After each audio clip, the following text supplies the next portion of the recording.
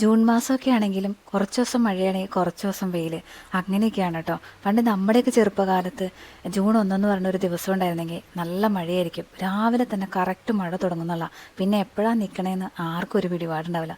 എന്നാൽ പോലും ഒരിക്കലും എന്താ പറയുക, വെള്ളപ്പൊക്കമോ പ്രശ്നങ്ങളോ ഒന്നും വന്നതായിട്ട് ഓർമ്മയൊന്നുമില്ല കേട്ടോ. പണ്ട് കാലങ്ങളിലൊക്കെ സൂര്യനെ നോക്കിയും നിഴൽ നോക്കിയിട്ടൊക്കെ സമയം പറയുമായിരുന്നു. അതുപോലെ തന്നെ മഴക്കാറ് വച്ചിരിക്കുന്ന ദിശ നോക്കിയിട്ട് മഴ പെയ്യില്ലോ എന്നുള്ളതും കറക്റ്റായിട്ട് കാരണവന്മാർ പറയുമായിരുന്നു. അതൊക്കെ സത്യമായിരുന്നു. പക്ഷേ അന്നത്തെ കാലത്ത് കാലവും മനുഷ്യരും തമ്മിൽ ഒരു വല്ലാത്തൊരു ബന്ധമുണ്ടായിരുന്നു. അതിൻ്റെ കാരണവും അവർ പരസ്പരം പുലർത്തിയിരുന്ന ആത്മാർത്ഥതയായിരുന്നു എന്നുള്ളതാണ്.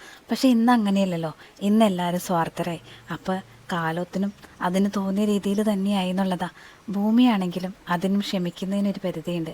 സ്വയം നിലനിൽപ്പിനെ ബാധിച്ചു കഴിഞ്ഞ് കഴിഞ്ഞാൽ മനുഷ്യനായാലും ഭൂമിയായാലൊക്കെ പ്രതികരിക്കാൻ തുടങ്ങുന്നുള്ളതാണ്. ഇന്നത്തെ പ്രകൃതി ദുരന്തങ്ങളൊക്കെ ഭൂമിയുടെ പ്രതികരണമാണെന്ന് പറയാറുണ്ട്. അതുപോലെ തന്നെയാട്ടോ മനുഷ്യന്മാരുടെ മനസ്സിൻ്റെ കാര്യം. എത്രയൊക്കെ സഹിക്കാനും ക്ഷമിക്കാനും കഴിവുള്ള ആളാണെന്നൊക്കെ പറഞ്ഞാലും ചില സമയത്ത് താങ്ങാൻ പറ്റാതെ വന്നിട്ട് പ്രതികരിക്കുന്നത് ചിലപ്പോൾ വലിയൊരു പ്രശ്നത്തിലേക്കൊക്കെ വഴിമാറും എന്നുള്ളതാണ്. ക്ഷമ നല്ലൊരു ശീലമാണ്. അത് പക്ഷേ എല്ലാ സ്ഥലത്തും അത് ശരിയാവണമെന്നില്ല കേട്ടോ. കാരണം ഒരു സ്ഥലത്ത് നമ്മൾ ക്ഷമിക്കുമ്പോൾ ഒന്നല്ലെങ്കിൽ അവിടെ എന്തെങ്കിലും സമാധാനം കിട്ടാൻ വേണ്ടിയിട്ടായിരിക്കണം, അല്ലെങ്കിൽ ഒരു പ്രശ്നം ഒഴിവാക്കാൻ വേണ്ടിയിട്ടായിരിക്കണം. അതല്ലാതെ ക്ഷമിക്കും തോറും പ്രശ്നങ്ങൾ കൂടി വരികയാണെങ്കിൽ അവിടെ പിന്നെ ക്ഷമിച്ചതുകൊണ്ട് കാര്യമില്ലെന്ന് തന്നെയാണ് അർത്ഥം കേട്ടോ. പല കുടുംബങ്ങളും ശാന്തമായി പോകുന്നത് നമ്മൾ കാണാറില്ലേ? അത് ഒരുപക്ഷെ അവിടുത്തെ ആരുടെക്കോ ക്ഷമയുടെ ഫലമാണ് കേട്ടോ. അങ്ങനത്തെ ചില ഫലങ്ങളുണ്ട്. പക്ഷേ ഈ ക്ഷമിക്കുന്ന ആൾക്ക് എന്നും ക്ഷമിക്കാൻ പറ്റണ ഒരുപോലെ എന്നുള്ളതാണ്. അതല്ലെങ്കിൽ ചിലപ്പോൾ വലിയൊരു ദുരന്തം തന്നെ നമ്മൾ കാണേണ്ടി വരും എന്നുള്ളതാണ്.